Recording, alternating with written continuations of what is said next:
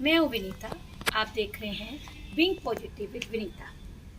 आज मैं कोई कहानी नहीं बताऊंगी, कोई प्रसंग नहीं बताऊंगी। हमारी रोज़मर्रा की ज़िंदगी में हमारे जीवन के लिए सबसे ज़रूरी क्या है। जैसे हमने कितनी बार गाना सुना है, रोटी कपड़ा और मकान।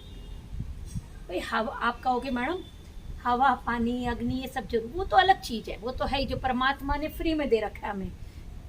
ये तो सारी चीज़ें उस परमात्मा की मेहर, ऊपर वाले की। हवा पानी बिजली ज़मीन ये सब कुछ दे रखा है। बिजली तो फिर पानी से बनती है, लेकिन पानी वो भी सब कुछ परमात्मा ने दे रखा है। लेकिन ये जो 5 तत्व है हमें फ्री में दे रखे हैं, जिससे हमारा शरीर बने। लेकिन रोटी कपड़ा मकान, जिसके लिए हमें धन कमाना पड़ता है, उसमें से एक रोटी का प्रसंग लूँगी। खाने का मतलब मैं भोजन का एक प्रसंग लूँगी आज, जो थोड़ा सा भी मुझे ज्ञान है आपको बांटना चाहूँगी। देखिए, मैंने पहले भी एक वीडियो डाली थी। मैंने इसमें ये बोला था कि जब हम रोटी बनाते हैं तवे पे पहली रोटी गाय की, बीच में कोई भी एक रोटी कौवे की या पक्षियों की, आखिरी रोटी कुत्ते की बननी चाहिए। वही बात अगर आप अपनी थाली में से भी करने लग जाएं तो फिर ऊपर वाले की मेहर, आप कहोगे विनीता जी हमारे तो दिन ही पलट गए। अगर आप बहुत सेट हैं, बहुत अच्छा समय चल रहा है, और बेटर हो जाएगा। अगर कुछ आपको टेंशन्स चल रही हैं वो दूर हो जाएंगी। कृपा करके मेरी ध्यान दीजिए।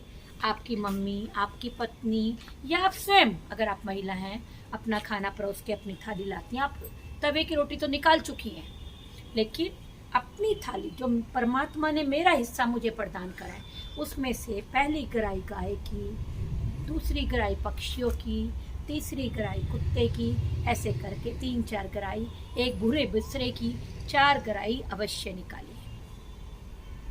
मतलब गाय नहीं मिले आपकी, किसी को भी दे दो, किसी मुडेरी पे रख दो 4 गराई, जिसके भाग की होगी वो खा लेगा। आपका अपना अच्छा समय, अच्छे दिन शुरू हो जाएंगी। आदत बना लो। अब दिन में 3-4 बार खाते हैं हम, भोजन करते हैं, लेकिन कृपा करके एक बार तो करो जिंदगी में, मतलब दिन में। अपनी ज़िंदगी बहुत ही खुशनुमा बन जाएगी आपकी। दिन में एक टाइम भी कर लें। अगर थाली जब भी आए 3 बार अगर आप कर सके तो ये बहुत ही माशाल्लाह बहुत ही अच्छा होगा। ये तो जब थाली आएगी आपके पास, आपने निकाल दी, मैं आपको कहना चाहूँगी, मम्मी चाहे कितना पीछे पड़े हैं, आपकी पत्नी आपसे जितनी भूख है उतनी रोटी रखवाइए। मम्मी जबरदस्ती भी रखना चाहे तो आप उठा के एक तरफ रख दीजिए, दूसरी छोटी थाली में। मैं क्यों बताना चाह रही हूँ, भोजन को झूठा छोड़ना इससे बड़ा पाप नहीं है। अगर आप जरा भी झूठा छोड़ेंगे और आपके घर के बड़े कहेंगे नहीं बच्चे, अगर आप बच्चे हैं वेस्ट नहीं करते, वो खुद खा लेंगे, तो सोच लीजिए आपका सारे पुण्य कर्म उसके अंदर चल जाएगा जो आपके जूठन खाएगा।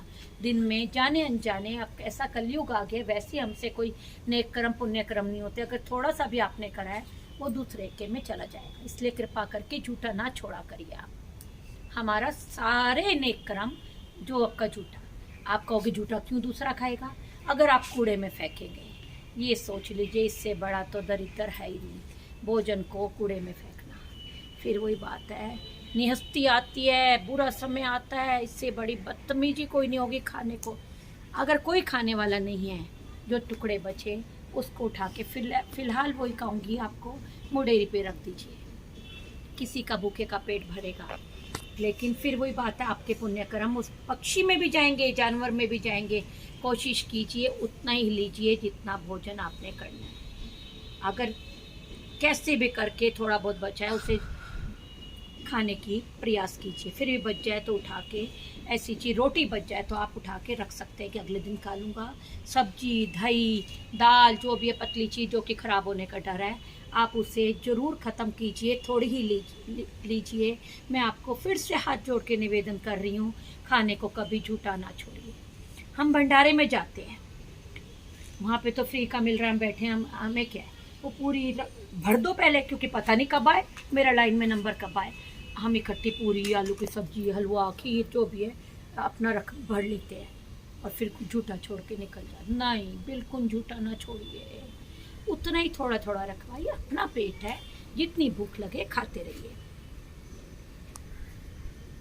और एक बात और ध्यान दीजिए, भंडारे में आप, अगर पत्तल है तो उसको खुद उठा के डस्टबिन में फेंकिए, और अगर वैसी पक्की थाली है स्टील की या कांच की, उसको उठा के जाके नलके के नीचे खुद धो के रखिए, क्योंकि उसमें और कोई खा सके। क्योंकि आपने किसी का अन्न खाया, वैसे आपके तो आधे पुण्य चले गए। और रहा सा क्या हुआ, अगर आपने अपनी थाली दूसरे से मजवा ली।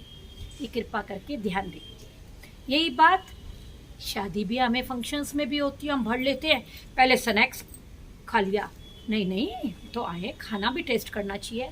स्नैक्स से जबकि पेट फुल है हमारा, टिक्की गोलगप्पे पूरा खा चुके हैं, लेकिन नहीं, खाना आए हैं तो खाना भी टेस्ट करेंगे। तो खाने से अपनी थाली भर लेते, ये नहीं कि टेस्ट के लिए आधी चम्मच थोड़ा सा रख ले। और जो चीज़ नहीं भी पसंद है, देखते हैं क्या पता इसकी अच्छी हो, वो भी हम रख लेते हैं। नहीं, और फिर उठा के चुपके से, कोई देख तो नहीं रहा है, उठा के एक ड्रम सा या डस्टबिन सा रखा हो तो उसमें खिसका के आ जाते हैं। नहीं, मेरे भाइयों बहनों, माताओं और मेरे बच्चों, अगर जो भी मेरी इस वीडियो को देख रहा है, कृपा करके ऐसे मत कीजिए। उतना ही लीजिए जितने आपको जरूरत है। ये बहुत ही पाप चढ़ता है। पता नहीं किस पिता की मेहनत की कमाई इसमें लगी है, जो अपनी बेटी की शादी के लिए ये उसने भोजन बनवाया है, या किसी का बर्थडे है, कुछ भी है। मैं कहूँगी आप खाना वेस्ट मत कीजिए। अन्न दान महादान, सबसे बड़ा दान है। लेकिन अन्न की बर्बादी, अन्न को ये थाली में लेके फिर छोड़ना, इससे निकृष्ट बुरा कार्य कुछ नहीं होगा। कई जन्मों तक हम जानवरों की, पक्षियों की योनि में आते हैं। आप देखिए क्यों हम 84 करोड़ योनियों में भटक रहे। कोई तो कारण होगा कि वो कुत्ता बना, वो बिल्ली बना, वो चिड़िया बना, वो चींटी बना, कोई तो कारण है। आज हमने मनुष्य जन्म, दुर्लभ काया, मनुष्य जन्म को पाया है, तो अपने कर्मों को सुधारना है। क्योंकि हम जानवरों को कुछ भी जूठा कूटा डाल देते हैं, वो खा लेते हैं वो। लेकिन हम मनुष्य, हमें ताज़ा अच्छा खाना मिल रहा है तो उसे ग्रहण कीजिए, वेस्ट मत कीजिए। हम कहीं किसी दुकान पे जाते हैं, एक बात और ध्यान दीजिए,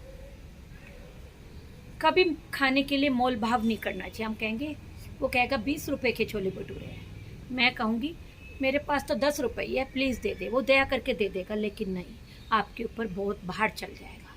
10 रुपये में अगर एक भटूरा आता है तो आप एक ही लो, फिर दोबारा मेहनत कीजिए, दोबारा मिलेगा तो फिर और खा लेना। किसी से फ्री में अन्न ना लें, फ्री में अन्न ना लें। मैं आपको कहूँगी, मंदिर के बाहर, मस्जिद के बाहर अगर प्रसाद बट रहा है, मत लीजिए। लेना भी है तो थोड़ा सा ग्रहण कर लीजिए और अपना बचा हुआ किसी को दे दीजिए।